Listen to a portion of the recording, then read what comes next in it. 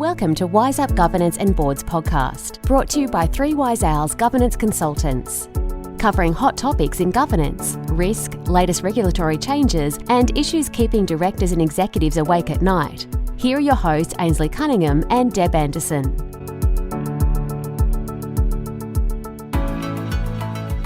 Welcome to today's episode of Wise Up. Today we are joined by Reece Walker. Good morning, Reece. Morning. Hi. Reece is a leading capital markets lawyer and has extensive transactional experience in public and private capital raisings, mergers and acquisitions, and restructures. Reece's broad experience includes applying his knowledge of the Corporations Act and ASX listing rules, as well as advising on governance, stakeholder management, employee share and option plans, and general commercial issues. Reece has been consistently rated as a leading capital markets and corporate M&A lawyer by Asia Pacific Legal 500, providing high-quality advice and being committed to the client's needs since 2017. Reece has been ranked in the corporate law category of Best Lawyers Australia. His work has covered the life sciences, technology, telecommunications, travel, food and agribusiness, engineering and resources sectors. Are there any other ones that have left out, Reece? No, that about covers the field. Thanks, Deb. His clients include multinational corporations, ASX-listed companies and early-stage companies with high growth potential. Reece is Chair of Partners and a member of McCullough Robertson's executive leadership team. Welcome, Reece. Welcome. Thanks, Deb. Thanks, Ainslie. Very impressive. So tell us a little bit about Reece Walker. Yeah, thanks, Ainslie. Look, I think Deb very kindly covered a fair bit of the territory there in the intro. But for me, in my professional career, I've always been a corporate lawyer specialising in ECM, so equity capital markets, mergers and acquisitions and governance issues. In more recent years, I've had the opportunity to also further my experience in the leadership space within our firm and also with some voluntary directorships. And I think it's an interesting intersection between advising companies on governance issues and also getting to see how they work in practice from my own personal perspective. Yeah, it's a really unique perspective to have, Reece, and I think too a lot of the where they do interject is kind of really where the magic happens for a lot of companies that, I guess, embark on that IPO journey. Absolutely. Look, I think you're seeing too the flow of trends in the ASX listed space coming into private company space as well. So a lot of the lessons from the ASX listed space are actually really relevant for companies that are going on the IPO journey who will need to live up to those standards, so to speak. But they're relevant for all companies to have an awareness of because those trends are really flowing through. Yeah, I think that's the biggest pain point for us. We find that the companies aren't getting ahead of governance earlier on in their life cycle. Absolutely, and I think that's where it's really important for companies to generate their awareness of what those issues are. Before you set about solving them, you even need the base level of understanding of what those issues are and where they're sitting on the spectrum of the practices, policies, culture that they may have and where they need to get to. And I think one of the key observations for me advising in that space is often companies leave that until too late in the journey, so they're not engaging with governance professionals to set up all of those things that they need to address. And it's actually very difficult to leave it to the last minute. If you doing it at the back end and just treating it as merely a compliance exercise, you're not really going to get the value out of doing it. And it also means that you're probably not going to go about it in the best way. And it can be incredibly overwhelming too, isn't it? Just in terms of policies and procedures you need to implement. If you haven't had them in place before, all of a sudden this is all the governance you've got to put in place. It can be quite overwhelming. I think that's right, Deb. Look, there's I guess an assumption sometimes that there's a template or a checklist that'll fix that, and it's actually not that easy. I mean, it's some of it's about the fundamental cultural piece, and it'd be good to discuss that further. But in terms of the technical piece, each of those policies takes a while to bring together. There is a a basis which, or there is some commonality to the way that a lot of the charters are drafted and particular policies, but each company is going to be different. And for example, I had a director ask me the other day about just putting in place a template governance charter, and within a few minutes of starting that discussion, it was quite obvious that that particular director, for the purposes of the ASX, would be deemed not independent, which then means that you wouldn't necessarily comply with a lot of the listing rules around independence and the majority of independent directors on the board, for instance. So that sets off a whole range of discussions about how you either disclose against that or whether structurally you try and change that. Again, none of those changes can happen on the eve of listing. It needs to be a real journey, and I think there is sort of a timetable of, for an accelerated IPO where it's a clean skin IPO, very simple, may have one technology, already have all of the things in place. You might be lucky and optimise that to around a 3-month timetable if you're very lucky. My experience says that that's very rarely the case, and there's usually a couple of things that come up during the course of the process. So it may actually be a 6-month process. If you've got a company that's got no previous experience of listing, and the founders or directors are not experienced in that space, they're not working with advisors that are experienced in that space, it may be more realistic to allow up to 12 months to work through all of those issues, because there's a range of financial, legal and governance issues that need to be put in place. And obviously from the company secretarial and governance side as well, to make sure that they're working with someone that's got the right experience who can take them through that IPO process, but also then have the right skills to advise them post-IPO once they're in a continuous disclosure environment, which is really a new world and quite a culture shock for a lot of companies to be in. Yeah, and I think it's a culture shock for employees as well. So like you've mentioned, sort of, tech startups and things like that, they are very much a unique culture in their own right. The sort of T-shirt wearing, sand shoe wearing, pat on the back sort of club. And they really struggle when it comes to, suddenly being given all these policies and procedures that they have to comply with that they might not really understand. And I think that's where the implementation and staff training and increased awareness sort of needs to happen earlier on, so that they're not sort of bogged down in, trying to prepare for IPO. They're actually already semi-aware of some of these things like codes of conduct, and when they do list, they then understand, well, why do I have a securities trading policy? And yeah, look, that's absolutely right, Ainslie. It's a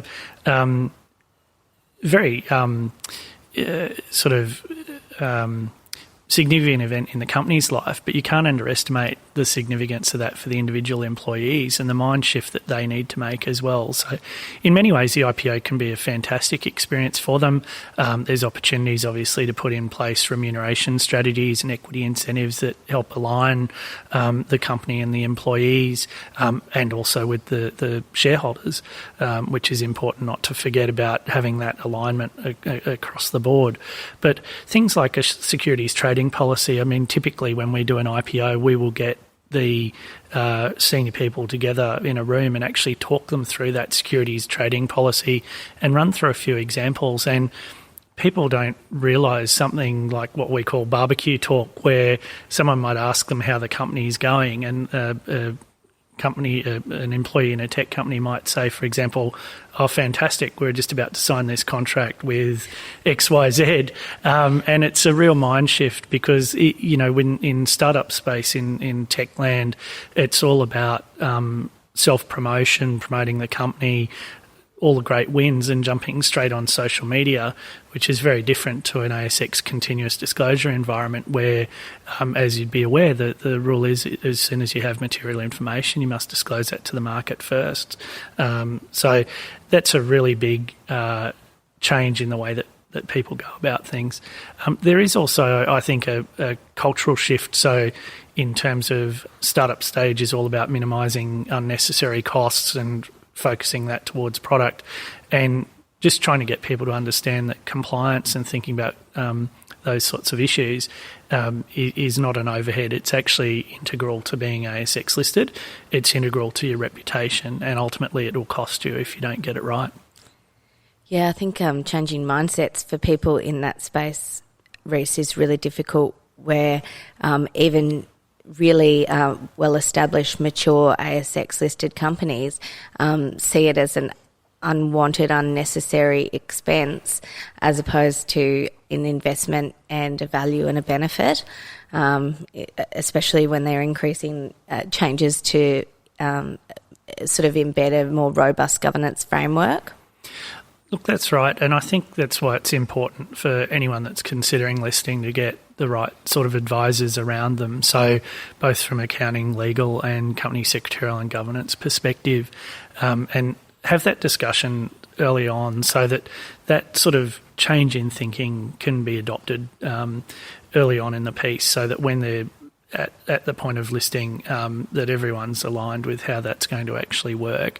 And we do see, particular, I think you mentioned obviously the technology type companies and startup companies, obviously a lot of those founder-driven companies where there hasn't been a lot of external input before, that sort of culture shock that what might be a private business now suddenly has public scrutiny, and the sort of measures that you need to have in place to, stand up to that public scrutiny, because you're on show 24/7, 365 days of the year, and you need to be ready to respond to things that might arise, but also need to be thinking ahead about the normal sort of periodic disclosures and annual reports and that sort of thing. And it's quite often a shock for these sorts of companies when they go to do their first annual report, exactly how much detail is in the annual report, because no one's actually sat down and talked to them, and that can be quite confronting as well. And the auditors can, there's lots of questions being fired at you for, weeks and weeks on end too, so it is quite an onerous process to go through. It is quite an onerous process, Deb, and I think having a necessary one. A necessary and very important one. But, if I can use, say, the classic example of, say, employee share plans, I think that's one of the most complex sort of areas, the intersection of taxation law, legal issues, ASX listing rules, Corporations Act reporting. There is no perfect solution. So there's a trade-off along a lot of those different issues as to, matching the outcome that you're looking for. And I think I've lost count of the number of IPOs now where it sort of gets a bit hard at the end of the process. So you end up sort of with an omnibus plan to maybe cover future eventualities. And then I think everyone has the best of intentions that at some stage that you'll get back on top of that. But it invariably ends up that you're in that first sort of AGM season, and there's, quite often particular approvals that are involved with that. So the whole concept of a decision being made, but then you have to work back from that, and it might be 3 or 4 months because of the need to draft things, lodge with ASX, lodge with ASIC, then put that to shareholders, so there's a 28-day notice period. So that sort of forethought and being sort of counselled through that process by an experienced company secretary and an experienced team can minimise some of those sort of friction points arising, at a time also that you'll have employees looking to you to see that you have followed through on, promises that have been made or expectations that have been set. Yeah, absolutely. And a lot of those hinge on the financials being completed and all those sorts of stuff. So you're straight out of the frying pan and into the fire when it comes to that reporting season window. And you also find a lot of finance teams do overlook employee share plans in terms of valuation methodologies, and whether it's a Black Skulls model or a Monte Carlo simulation or all of those sorts of things. And they also don't appreciate the amount of time it takes to actually get an independent outsourced valuation report completed. There's a limited sort of, service provider options out there for that, and they all hammer them at the same time. So even that in itself is timeline compression. And then also every year that employee share plan or employee incentives as a whole is changing. It's one year it's a loan funded share plan, the next year it's an option plan, the next year it's a share plan. Rights. Yeah. You might add a DRP or a dividend and reinvestment plan to the mix, or absolutely. There's so many changes in trends that, if you've not even got the baseline right, being able to try and to keep up with those. And I think the other factor that we see really coming into play a lot now is the role of proxy advisors, so heading into AGM. So there's an engagement piece there as well to understand what the proxy advisors are looking for, and they will have particular views on what is an appropriate style of plan, and then within the style of plan, what are the KPIs or the vesting criteria that they see currently the optimum ones that companies should be adopting. So it can be quite an intensive piece of work that sometimes doesn't get factored into the mix. And occasionally the regulator has a say on it as well. Absolutely. That can be the case. But I think too, coming back to the point about valuation as well, even just the surprise factor that quite often the valuation, when it's done on one of those methodologies that you've spoken about, can seem like quite a large figure. So it is quite confronting that will be published, and in many cases, because of the nature of those methodologies, it might seem that it's sort of a larger number than what in reality may actually be the case at the end of the day. But the fact that that's suddenly out there for people to read, and also for the board, the executives and their colleagues to read as well, can create some problems. And I think most companies these days are fairly sophisticated when it comes to talking about the client experience, or the CX. I think the next evolution is talking about the employee experience, or the EX, and that's sort of sometimes lost in the mix, that what you're doing with listed companies isn't just about compliance, it's also about the experience and how that's translating for your team as well. And your ability to obviously retain key people is really important. And, particularly as you've gone into an IPO, you're relying on having all of those people there driving the profitability for you. And sometimes you think you've just struck the right balance between all stakeholders, and then you'll go into an AGM and you'll still potentially be get a strike for your REM report. Yeah, look, that's right. And we have seen, in my experience, some quite interesting, if not what I might respectfully say, bizarre results with proxy advisors, that you'll have one proxy house advise that advise in favour of the REM report, but then you might have another proxy advisor who has a different set of criteria come to a different conclusion. So that really shows the importance of understanding the nuances between all of the different stakeholders. One of the things that we do see is, unfortunately, the vote on the remuneration report has sort of become a bit of a default vote on how the company is going. So it unfortunately, sometimes it doesn't necessarily reflect the strength or otherwise of the remuneration practices. It's just seen that if the company is going well, it seems to get voted up, and if it's not going so well, there's a strike. But I think that sort of scenario, again, is where it's important to have experienced support and advice to know how to respond, particularly to that first strike, to make sure you don't end up in the scenario with a second strike and then having to manage the consequences beyond that. And a lot of the time it's just around the levels of engagement and communication with proxy advisors and key shareholders and across the board, and also the easiness of reading in terms of things like the annual report, the announcements that you're making to market, the notice of meeting itself. So, I mean, if you want people to vote no to something, the surefire way of doing that is making sure they can't understand it. So, and also not having those conversations early on enough as well, and potentially going into blackout periods where you can't have those conversations, and so you've left the run too late. Yeah, absolutely. And look, I think in fairness, the proxy advisors do publish their criteria, and it's an onus for the company to set about understanding what they are and staying current with those as well.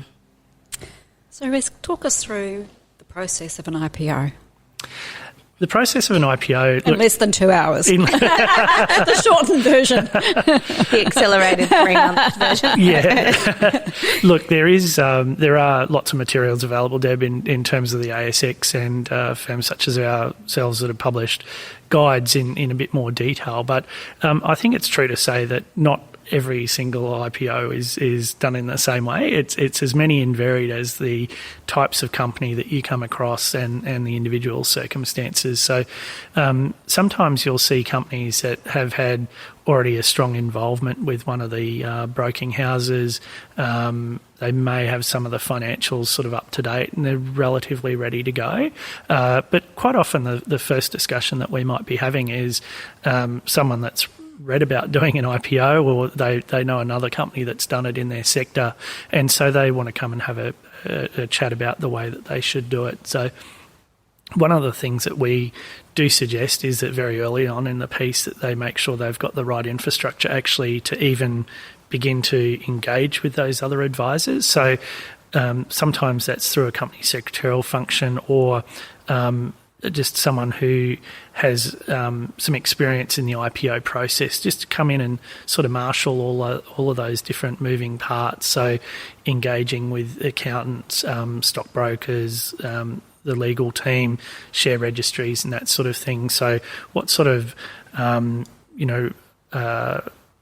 requests or proposals are you going to request from those different teams? How are you actually going to choose your advisors? So there's a whole array of advisors that need to be a part of that IPO process. Once that team's sort of been selected, there's various degrees of engagement. My personal preference is to engage with the ASX very early and actually go and meet with them, talk through the proposal and identify any particular issues that might relate to that company or that sector at that time. And quite often there'll be a few little quirks, particularly if a company's done a lot of acquisitions. How is that going to be presented in terms of the information that needs to go forward to the regulators? So a bit of early engagement there to make sure you've got the runway right, mapping out the timetable, mapping out the step plans and those sorts of things. And then what we think works really well is to sort of divide and conquer a bit, because you've got different work streams. So you do have a prospectus work stream. There'll be other aspects, as you mentioned before, Deb, about getting the right sort of policies in place. There may actually be a need to go and appoint additional directors, particularly non-executive directors. So there's a bit of a process. So some of those bits of work are sequential, but other bits are sort of happening concurrently. So you need a team that's sort of been experienced and can guide you through all of those things. Once you are moving through that, you'll also have an opportunity, as the company is refining its prospectus, it will also be refining its pitch document. So typically a PowerPoint slide that tells the story, and there'll be opportunities to refine that, talking to the internally to the due diligence committee, then talking to the broker internally. Before that sort of goes to a more to a broader audience in terms of sophisticated investors, and doing roadshows and that sort of thing. So it's really important for the companies to kind of build up that experience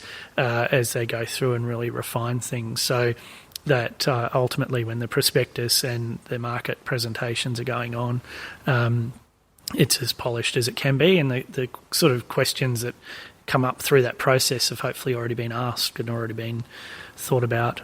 And then obviously there's a lodgement of the prospectus with ASX and ASIC, some regulatory things that happen which are amusing to us lawyers, but may not be as amusing to your listeners. So the company during that time will be finalising with the broker, raising the money that they need, and that offer's usually open for a few weeks, and then again there's a few processes at the tail end of that before the company becomes listed, and then you need to be ready from that day one of listing that it's a new world. So as I mentioned before, it can be a process. It can be as short as around 3 months, but because of those sorts of things that do tend to come up in terms of appointing other non-executive directors, or if you're trying to manage an acquisition, or you might have a particular technology or something that you're waiting to get to a particular milestone point, it can be as long as a year as well. I'm just sort of thinking as you're talking, Reece, some of the unforeseen challenges that come up for organisations might be things like not engaging maybe a share registry early enough, and not thinking about their existing shareholder base and issued capital, and potentially having to look at escrow agreements and things like that to meet ASX listing rule requirements. Some of the other things might be like not allowing enough fuel in the tank to actually go through the whole process, and potentially not having the funds in place to, pay for all these different advisors. And the other thing might be potentially not looking at an IPO straight away. Maybe they need to go down the path of a debt model or a private equity model first before they look at a public equity model. Yeah, look, there's some really good thoughts in there, Ainslie.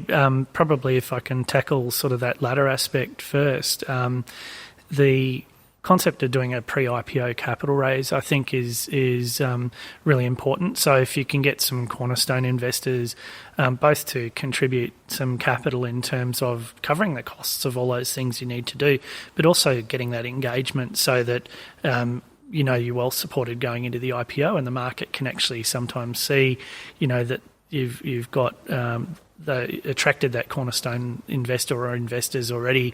That's a really positive sign that the market will quite often look to see that you've done that. The other thing that is an important feature of IPOs at the moment is this concept of doing a suitability application. So historically, it was reasonably common just to have a bit of a light touch sort of engagement with ASX in particular, and then lodge the prospectus and go forward towards listing. There'd been some concerns, I think, particularly in the early stage companies, particularly around the technology space, just understanding the quality of the key contracts that they may have. So, were they long-term contracts, or were they easily capable of being terminated?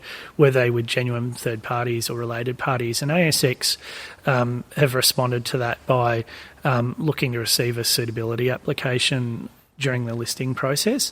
And I think from the engagement that we've had with ASX in recent times, having a pre-IPO raise is actually one of the factors that may be, in certain circumstances, considered a positive, because it has shown that ability to fund the company. You're not going to fall off a cliff day one after the listing, and you've attracted some of the smart money that might understand that space. So, whether that's technology companies, biotechnology companies, early stage mining companies, I think just thinking about how you go about illustrating the quality of the proposition, and that might be the strength of the board, having people involved that have done it before, so to speak, having that well-funded sort of proposition that you're taking, as well as the quality of the advisors. So, look, there's probably some different thoughts about what level of audit or accounting support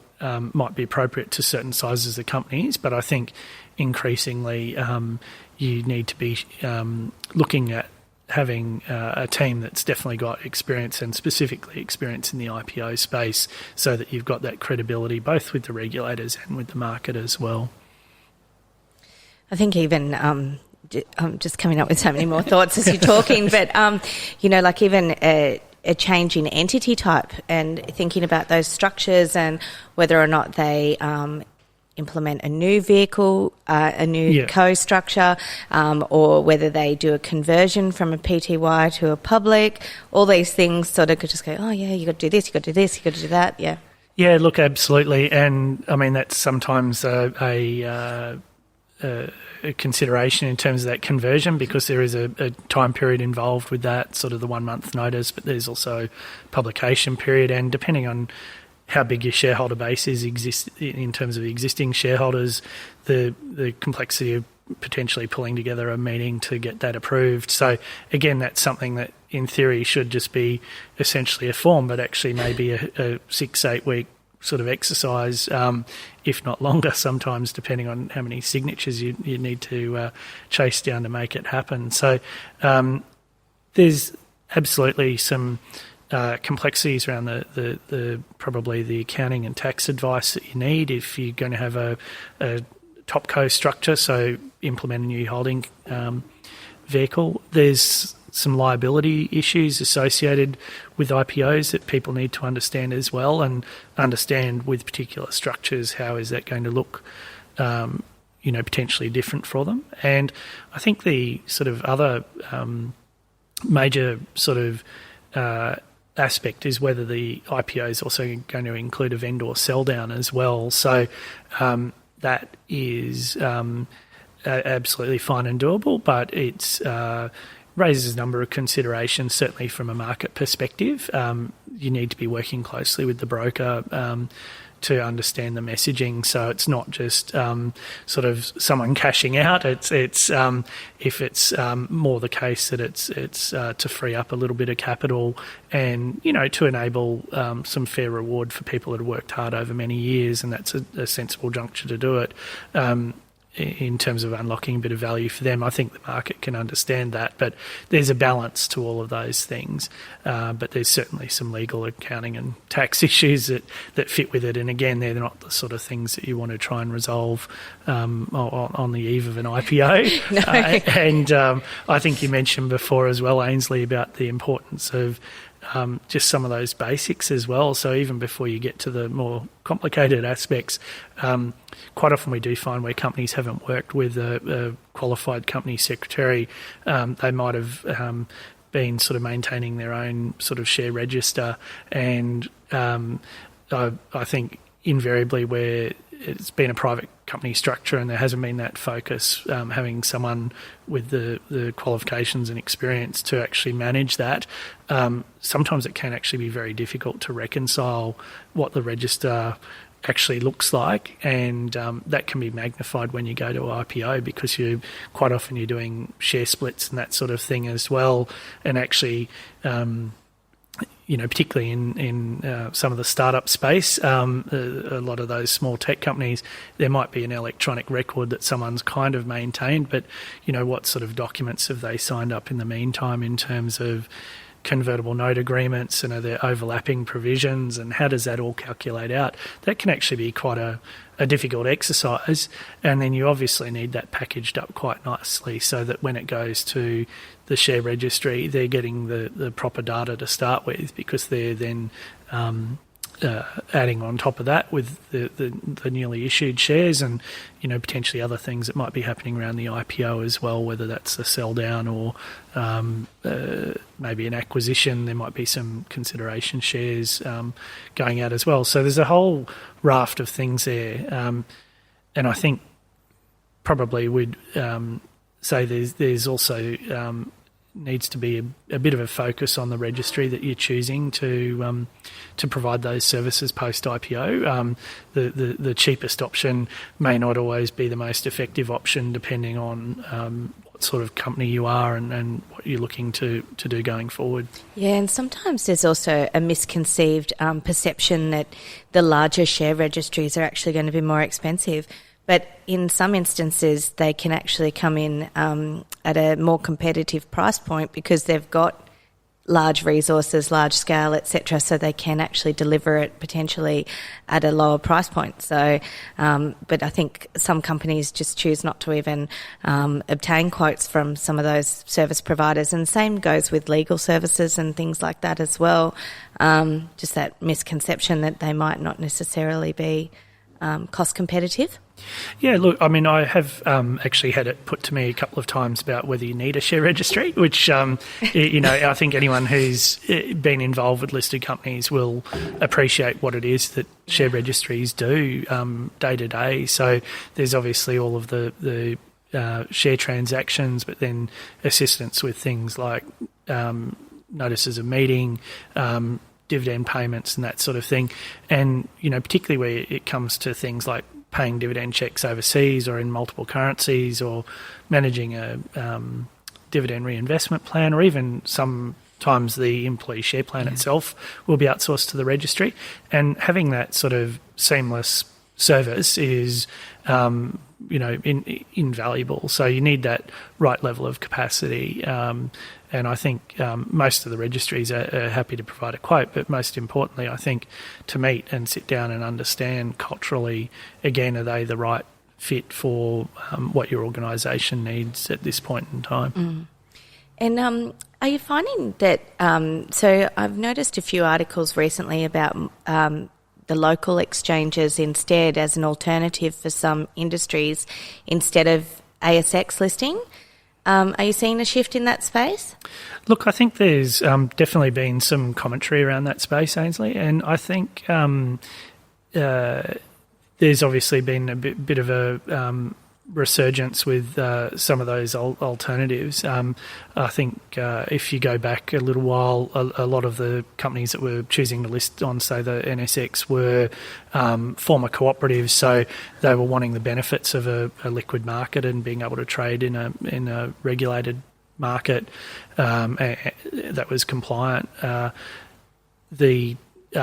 think the proposition is these days that there might be a willingness to look at that for all sorts of companies, and potentially some of those high growth or smaller companies that might look to emerge.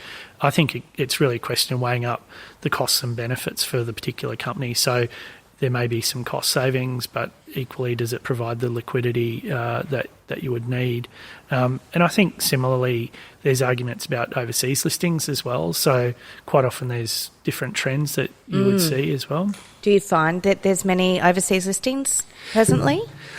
Look, actually, for the last few years, a lot of what we've seen is actually companies look to list in Australia because of the perceptions around the quality of the market, and there'd been probably some of the companies that would previously have looked at an AIM listing or a TSX listing that have actually stayed with the Australian market. I think also for a while there were thoughts around things like the Hong Kong market, but it's obviously there were some cost issues there that I think people identified fairly early on, but also now with the environment up there, a lot of companies would shy away from that as well. So actually we've seen very much companies that we're talking to, if they're looking at listing, they're looking at listing in Australia first and foremost. So tell us a little bit more about McCullough Robertson. You're obviously an award-winning law firm and very well respected. Yeah, thanks, Deb. Appreciate the opportunity to talk about that and how we've,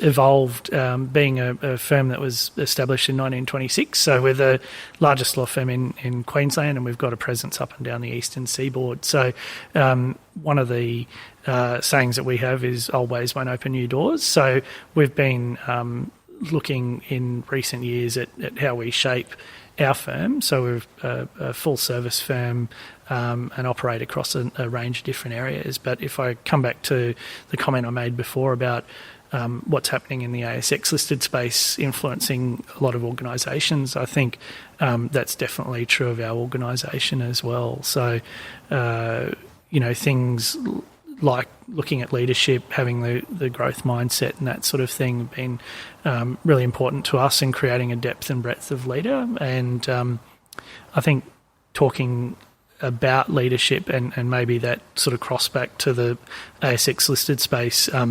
We didn't get a chance specifically before to talk about things like diversity policies, and I think it's important for ASX listed companies to realise that's just not a tick the box exercise. It's culturally, what do you mean by diversity, and is it gender, race, age, that sort of thing.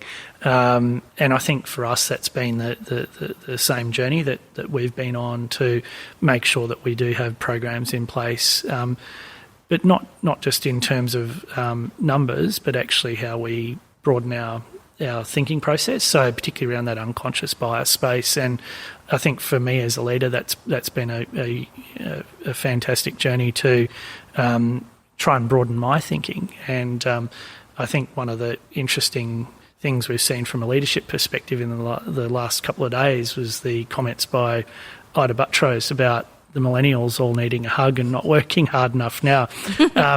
That's probably a great example of a bias that, and it's probably particularly disappointing for her employees at the ABC, which you would think is meant to be a diverse organisation across all of those different spectrums of diversity. And then you've got the chair basically bagging part of the workforce. And I should say that, it doesn't play well from an employee experience perspective. And, my experience, it's probably an unfounded comment. Certainly the millennials in our organisation are very engaged. They're innovative, they're passionate about a lot of issues that are going on around the world, and that energy can be certainly harnessed to deliver some fantastic results. And I think also from a organisational perspective, you have to realise who your clients are and that you are going to be engaging with a diverse range of clients. So they're going to want to see, a diverse range of providers within the organisation. So, yeah, that one just leapt out at me as probably a pretty good example of an unconscious bias potentially. Yeah, and I think as well, from an organisational perspective, the pendulum may be swinging too far one way as well in terms of, you see a lot of things around trying to promote women, disability, Indigenous communities, etc. But then sometimes it's inadvertently leaving out men now as well. So it's almost like it's instead of just being equality as a whole, it's sort of having now a little bit of bias towards some other elements there. Yeah, look, I think that's a really interesting sort of aspect to, I think all organisations have to take on board that sort of feedback if people feel that the pendulum has swung too far towards certain priorities at the expense of others. But I don't think it needs to be an either-or sort of debate, and that's where the debate sort of sometimes goes astray. And I think certainly within our organisation, we've been very cognizant about things like men's health initiatives and, things like Movember and supporting other things, particularly mental health issues that might be particular to men who, may be juggling a number of responsibilities. That's not to say that that's at anyone else's expense. And I think, as I say, sometimes that debate gets lost in the either or, that you need to be making a choice. So I think it's about a balance between all of those issues. One of the other things is that I think you can take the learnings from particular spaces and, particularly around flexible work, that one of the things that we've seen, and I think the WGEA report from last year actually emphasised the importance of having examples of flexible work in the workplace where males are actually looking at flexible work choices as well. So there'd been significant advances in recent years around flexible work in other pockets, but actually there hadn't been a lot of examples of male leaders actually taking up that opportunity. We've been fortunate in our organisation to have a couple of male partners who have for quite some time had flexible work arrangements, and they're quite happy to champion that and actually say how it's worked for them and the issues that they've faced. And I think the other issue that we're seeing, Ainslie, is out of the COVID response. So we're actually surveying our staff at the moment, and I think what COVID has done is actually accelerated a lot of issues for the workforce in terms of flexible work.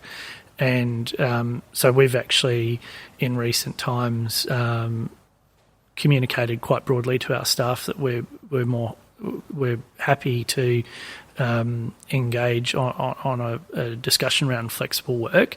And I think it's been a real eye-opener, so that previously people who may have had potentially a bit of a negative attitude towards flexible work are actually now converts, because they've seen it work. There's a trust in the employees that everyone's going to do the right thing.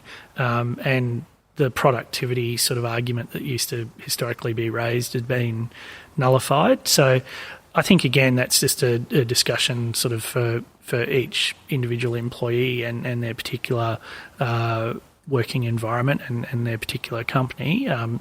But I think, it has demonstrated that it can work. There are some things that you need to be sort of aware of as an organisation in terms of that impact, in terms of, say, for example, training of more junior staff. If everyone's on flexible work, they're not getting that learning by osmosis that they might otherwise have the benefit of. And at the end of the day, you also can't lose sight of the client perspective. So there needs to be a threshold in terms of, are you sustaining what you need to do for client needs? But our experience to date is that with all of the requests that have been made, that there's been an opportunity to come to a suitable agreement, and we're definitely seeing a significant upswing in terms of flexible work arrangements as well. There's still that human interaction, sort of body language element that you can't get from flexible working, isn't there? There is. And look, there's certainly a preference that, some meetings are face-to-face. Again, it's a individual employee and team-by-team discussion. So, we have one of our teams that does actually a daily sort of stand-up meeting for 15 minutes and make sure that everyone's got their sort of tasks ahead of them for the day, and there is that high degree of communication. And that means that people that are on flexible work arrangements can dial into that, but there is still the opportunity on a daily basis for everyone to see each other, and the majority of the time they are seeing each other face to face. So there is a balance, and things like social activities and that sort of thing as well, where there's a little bit of, bonding. There's no substitute for that. I think we've all found the virtual drinks that everyone's been doing for the last few months at some point sort of wears a bit thin, and I think everyone was enthusiastic for the first few weeks or months, and, there was all sorts of different things going on or themes for those. But, there is no substitute for human interaction at the end of the day. So what you need to be doing is being mindful of making sure that when those things are set, that they're at a time that, conveniently people can try and participate in, that you're not inadvertently excluding someone by, scheduling, say, the same lunch event every Wednesday, or if, a particular person has Wednesdays as their flexible work from home day. So, yeah, I don't think you can really run a virtual high ropes course off the monkey bars off Zoom in the backyard, can you really? I'm not sure about that one either. I'm just going liability issues. Plenty of other creative things that were going on during that whole process. So, yeah. So I actually read an article pre-COVID that was around changing mindsets in organisations. I think it might have even been like a Harvard Business Review around, instead of being work from home policies, it was actually they'd coined the acronym WFA, which was work from anywhere, and around retention of talent. And when some key players actually want to have a sabbatical or something like that, and they want to travel the world for a year, and obviously not at present, but allowing them to still retain some clients and maybe work part-time to help fund their, travels. And the other thing was around generational shift as well, and the younger, it might be technology, and like you say, it's dependent on the individual, and I think it's also dependent on the job function, and potentially organisations were seeing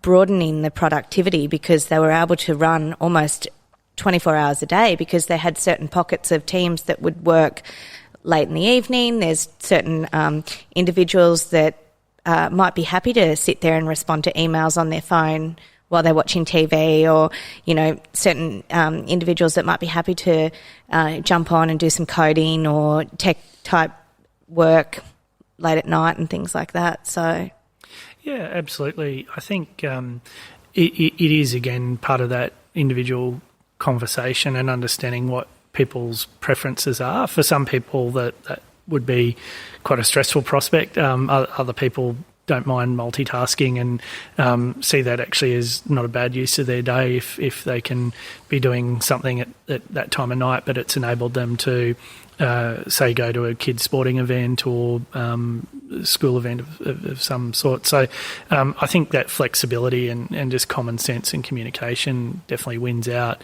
The flip side, though, I think as a leader is leading by example and being mindful too that when you send an email, if it is after hours or on a weekend, actually how you flag that you're not expecting an immediate response. So, just being mindful to put it in the subject heading, not for immediate action, or something like that, because otherwise sometimes there can be a bit of pressure or staff. If you haven't communicated, is it implied that you're expecting a response immediately and that sort of thing? So the way in which we communicate is still catching up a little bit. Yeah. But the technology piece is really important, and I think, we've been lucky as an organisation that we were able to move pretty seamlessly to, the fully virtual environment. And if I actually look back on why that is, in as much as we'd all like to take credit for good planning as an organisation, and we do have a fantastic Chief Operating Officer and Head of IT that have been instrumental in that. Part of it was actually the learnings that we'd had out of the Queensland floods. So that disaster where not only did you have limitations on physically accessing the building, but then you also had problems with, electrical power supply to the CBD. So a lot of the information servers were down. So I think a lot of people seriously upgraded their disaster recovery planning after that. Now, what we've been through is sort of a multifaceted event, and it sort of moved beyond, just a pure DRP sort of situation, obviously. But I think to have had that, and I've actually seen that across the board, sort of talking to clients and organisations, that seemed to be sort of a pivotal point for them a few years ago to actually get serious about it, whereas previously I think a lot of people sort of put having a disaster recovery plan sort of somewhere in the the bottom drawer. And you anecdotally hear stories of organisations having to run out and buy a whole heap of laptops at the start of this, or people literally unbolting towers and taking them home and putting them in their home office. So kitchen table. And look, that's one of the things that we need to be really mindful of in terms of an organisation, that everyone's going to have particular backgrounds and what might work for some of us in terms of flexibility. Other people might be living in a different accommodation situation. They might be living in a share house or something like that, so their bedroom is their office, is everything, and that's a particularly stressful thing. So we're really mindful that there would have been a lot of stressors on people during that time. There's a lot of stress around people as they're trying to work out the return to the office, and I think we've been particularly lucky up here in Queensland, but certainly I'm aware, obviously, in Sydney, public transport situation still prohibitive, and obviously there's a lot of issues in Melbourne at the moment. So being mindful of those things and what support you provide to your staff, it's not just saying that you got through COVID because you managed to get through some of the work. It's actually, well, have you looked after people? Do they feel like they've been looked after? And I think you'll see that manifest itself, once the economy picks up. So has this been an opportunity to build loyalty with staff, or are they, otherwise looking to, they might look at other opportunities if they feel that they haven't been looked after? Yeah, I was having visuals there of people rowing their boat with their towel up under their arm, getting in there to get out. And even there was a Telstra ad on TV at the moment with offering, I think it was NBN or something like that for students and challenges with working from home. And I think the mum goes, she's got her laptop and she's trying to get on a Zoom meeting, and she goes into the bedroom and the husband's in there on his computer, and she goes into the kitchen and the son's in there on his computer. And so she ends up in the daughter's bedroom and there's pink fairy lights in the background. So I can see all that playing out. But before we wrap up today, Reece, have you got sort of McCullough Robertson, employer of choice multiple times, women's employer of choice multiple times. What top 3 tips do you have for listeners to, reach that type of level to be an employer of choice? You've covered quite a few of them, diversity, communication, flexible work arrangements, but just as a high level, have you got top 3 tips in that space? Culture. We didn't touch on culture. Culture, yeah, look, absolutely, and I think that's the key thing is culture. It's what you value. So we are big believers, I guess, just in generally the concept of fairness. So if you start with that as a starting point, and you look at what you've got across your organisation and what historically might have happened, and you just need to look at those things afresh. And we, as I mentioned, we do place significant value on that. So our top HR person is actually our chief people officer, and that was a conscious choice that we made, looking at some of the information, particularly coming out of the US, about organisations that do have a chief people officer. So instead of it HR being an administrative function, it's actually a strategic and cultural function, so that you can actually embed all of that across the workforce and look at strategically how you're going to respond to those challenges, and have sort of that growth mindset in terms of being open to changing things. So I think firstly, valuing and seeing the importance of having a diverse workforce is number one, and there's plenty of data and plenty of information around that. There's actually a fantastic Harvard article, and I think that's one of the things for listeners is there's a lot of free resources out there that you can just quickly read and challenge, I guess, some of the thinking. And they do, in that particular article that I'm thinking of, talk about all facets of diversity across gender, age, religion, all different facets. And it's really comes back to that sort of making sure you've got diversity of thought within the organisation at all levels, and how you're providing a conduit for that. So first and foremost, value. Secondly is with those strategies, looking at things with a bit of an innovative focus. So we were one of the first firms, for example, to have a policy around gender-neutral pay. So doing what we call a black box system. So when people are coming in, we're looking at benchmarking salary. So we're not actually putting pressure on people to negotiate a salary coming in, and also actually obviously looking at when we're doing annual reviews to make sure that there's no inherent bias built into our remuneration systems. And again, there's probably some assumptions that it is fair, but unless you're actually doing that exercise and then responding to it over a period of time, you wouldn't actually really know. So I think actually being innovative and having the systems around it is really important. And then I think thirdly is just that continuing to learn. So all of these trends that we see and we hear about, continue having discussions exactly like this one, and understand what might be behind it and ask. And there's usually a lot of people around that are willing to have a discussion. So being open-minded about it, I think. And top 3 tips for organisations potentially looking at IPO? Top 3 tips. Get the right advisors. Probably tip 2 would be listen to the advisors.